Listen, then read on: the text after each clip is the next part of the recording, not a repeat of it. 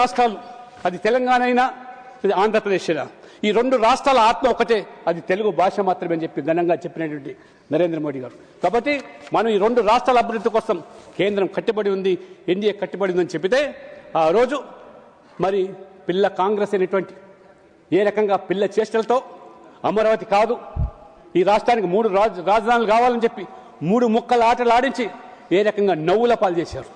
మొత్తం ప్రపంచమంతా కూడా వివరిపోయింది.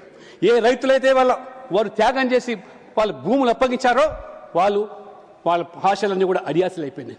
పెట్టుబడులు రాకుండా ఏ రకంగా అడ్డుకున్నారో ఈ పిల్ల కాంగ్రెస్ యొక్క పిల్ల చేష్టల వల్ల ప్రజలు గమనించారు.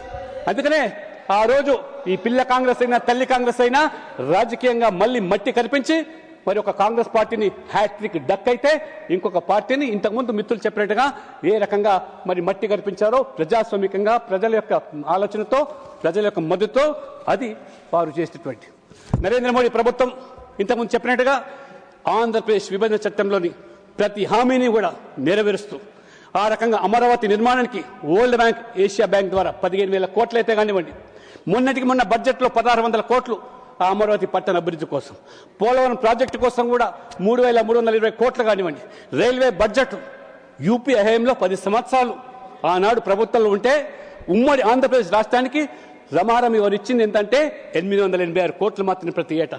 కానీ ఇదే నరేంద్ర మోడీ గారి ప్రభుత్వం 2 రాష్ట్రాలు విడిపోయిన తర్వాత ఏకంగా ఆంధ్రప్రదేశ్కి మాత్రమే 10,314 కోట్లు రైల్వేల అభివృద్ధి కోసం ఇవ్వడమే కాకుండా ఏ రకంగా ఆ ప్రజల డిమాండ్కి అనుగుణంగా రైల్వే వైజాగ్లో ఒక జోన్ ఏర్పాటు చేసి ఇవాళ ప్రజల యొక్క ఆశలను ఇవాళ ఏ రకంగా నెరవేర్చిందో.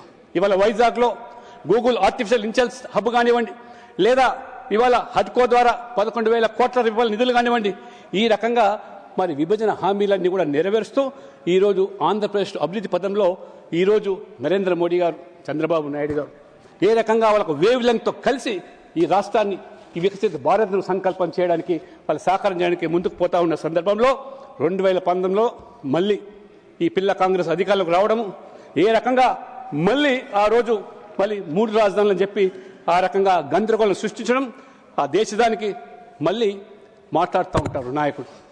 అసలు రాజధాని అనేది దేశానికి ఉంటుంది, రాష్ట్రాలకు ఎక్కడైనా రాజధాని ఉందా చట్టంలో అని ప్రశ్నిస్తూ ఉన్నారు. ఇది నవ్వుల పాలవుతున్నారు. ఇవాళ నేను నిన్న చూశాను అక్కడ సోషల్ మీడియాలో కొత్తగా ఆయన కాయిన్ చేశాడు.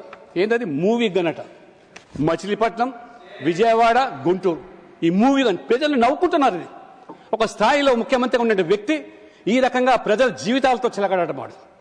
ఏ రకంగా ఆ రోజు మరి మాతృమూర్తులు ఆడపడుచులు ఏ రకంగా ఈ అమరావతి కోసం పాటుపడితే అటువంటి మరి చంద్రబాబు నాయుడు గారు ఆ ఆహార నిశలు రాష్ట్రం కోసం పనిచేస్తూ ఉంటే 70 సంవత్సరాల వయసులో ఆ రోజు కక్ష సాంపుల్ చర్యల్లో భాగంగా అరెస్ట్ చేసి జైలుకి పంపించి ఒక పైశాచిక ఆనందం పొందినటువంటి పిల్ల కాంగ్రెస్ పార్టీ నాయకులు ఆ రోజు I was one of the first person among the people who condemned the arrest of Tara Chandrababu and put him to jail for more than 50 days. ఇది రాజకీయాల్లో వైషమ్యాలు ఉండొచ్చు, విరుద్ధమైనటువంటి ఆలోచనలు ఉండొచ్చు, ఆ రకమైనటువంటి భిన్న అభిప్రాయాలు ఉండొచ్చు. అంత మాత్రాన ఆ రకంగా అక్రమ కేసులు పెట్టి జైలు పంపిస్తే ఏ రకంగా ఆ రోజు ఇదే పవన్ కళ్యాణ్ గారు, చంద్రబాబు నాయుడు గారు, మోదీ గారు ఒక కూటమిగా ఏర్పడి ఇటువంటి పార్టీలకు ఈ రాజకీయాల్లో స్థానం ఉండడానికి లేని చెప్పి ప్రజలను ఏకం చేసి ఆ రకంగా మరి ఆ యొక్క జరిగినటువంటి ఎన్నికల్లో ఏ రకంగా కూటమి విజయ డంకా మోగించిందో, విజయాన్ని సాధించిందో ఇవాళ ప్రజలు గమనిస్తాను. కాబట్టి ఈ రాష్ట్రంలో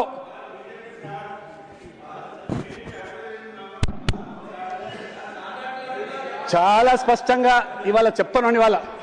ఇవాళ నేను స్వయంగా చూశాను ఎమ్మెల్యేగా చంద్రబాబు నాయుడు గారి యొక్క విజనరీ లీడర్షిప్ ఏ రకం అభివృద్ధి కోసం, పేదల సంక్షేమం కోసం పాటుపడింది.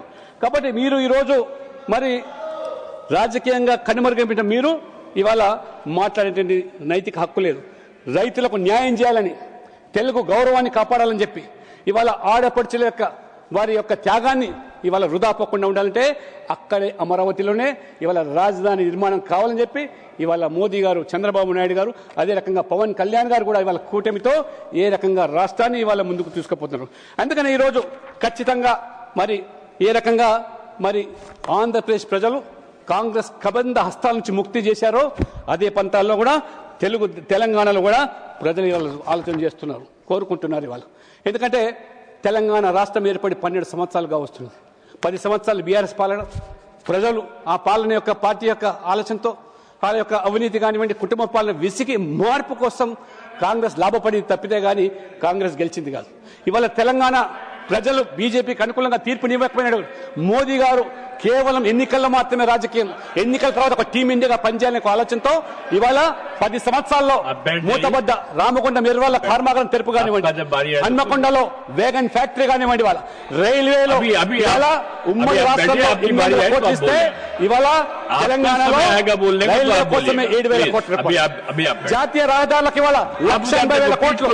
ఇవాళ Telangana suppose second largest national highways ఇవాళ మొత్తం స్వాతంత్రం నుంచి 2,500 కిలోమీటర్ల నేషనల్ హైవేస్ మీరు ఇస్తే ఇవాళ మోదీ గారు వచ్చిన తర్వాత 10 సంవత్సరాలనే ఆన్ యావరేజ్ అదనంగా 2,500 కిలోమీటర్ల రోడ్లు నిర్మాణం చేసి ఏ రకంగా ఇవాళ జాతీయ రహదారులు, ఆ రోజు వాజ్పేయి గారు చంద్రబాబు గారు కలిసి ఏ రకంగా అద్భుతమైన గోల్డెన్ క్వాడ్రాంగులర్ ప్రధానమంత్రి గ్రామీణ సడక్ యోజన ఏర్పాటు చేస్తే పల్లె పల్లెకు ఇవాళ రహదారులు ఇవాళ నిర్మాణం చేసినటువంటి ప్రభుత్వాలు ఇవాళ ఎన్డీఏ ప్రభుత్వాలు. ఇవాళ all India institute of medical science ఇవాళ బీబీనర్లో 1,100 కోట్ల రూపాయలతో ఇవాళ తెలంగాణకు ఇవ్వడం జరిగింది. ట్రైబల్ యూనివర్సిటీ ఇవాళ ఏదైతే గిరిజనుల యొక్క ఆత్మ గౌరవంతో ముడిపడినటువంటి భక్తి పాఠశాలతో ఉన్నటువంటి సమ్మక్క సారక్క జాత్ వాళ్ళ పేరు మీద ఇవాళ ట్రైబల్ యూనివర్సిటీ పేరు ఏర్పాటు చేయడం జరిగింది. అదే రకంగా ఇవాళ గొప్పగా చెప్తున్నారు ఇవాళ ఆ రోజు తెలంగాణ మెదక్ ప్రజలు కాంగ్రెస్ పార్టీ అభ్యర్థిని గెలిపిస్తే మనకేదో ఉరిగిపోతుందని చెప్పితే ప్రధానమంత్రి అయినారు మెదక్ పార్టీ నుంచి మెదక్ నియోజకవర్గం నుంచి గెలిచి, కానీ ఒరగబెట్టింది ఏమిటి? శూన్యం. అదే మెదక్లో ఇవాళ ప్రధానమంత్రి నరేంద్ర మోడీ గారు మొట్టమొదటిగా మెదక్ రైల్వే స్టేషన్ ఇచ్చాడు. ఇవాళ సిద్దిపేట రైల్వే స్టేషన్ ఇవాళ మొదటిసారిగా ఇచ్చాడు ఇవాళ. అదే కాకుండా ఆరాధ్య దైవమైనటువంటి కొమరవెల్లి జాతరకు వెళ్లేటువంటి భక్తుల కోసం ఇవాళ కొమరవెల్లి రైల్వే స్టేషన్ ఇచ్చింది నరేంద్ర మోడీ గారు తప్పితే ఆనాడు కాంగ్రెస్ ప్రభుత్వంలో ప్రధానమంత్రిగా ఉండా కూడా మెదక్ ఏ రకంగా విస్మరించారో, ఏ రకంగా